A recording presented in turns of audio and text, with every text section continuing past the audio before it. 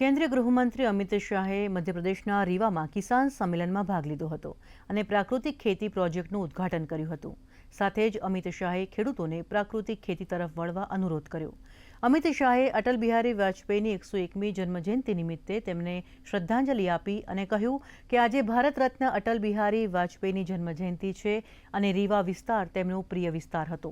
અટલજીએ માત્ર ભાજપમાં જ નહીં, આખા દેશના સાર્વજનિક જીવનમાં શુચિતા અને पारदर्शिता ने मोटू महत्व आप्યું છે.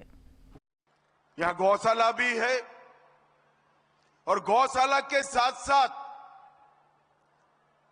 गाय के गोबर से निर्मित प्राकृतिक खेती की पूरी श्रृंखला और 5 स्तरीय खेती जो सब्जी भी उगाती है, बेले भी देती है, पपीते जैसे मध्यम कद के फल भी देती है, बीच में चने और छोटे क्रॉप भी होते हैं, दलहन भी होती है और ऊपर फलदार वृक्ष भी होते हैं.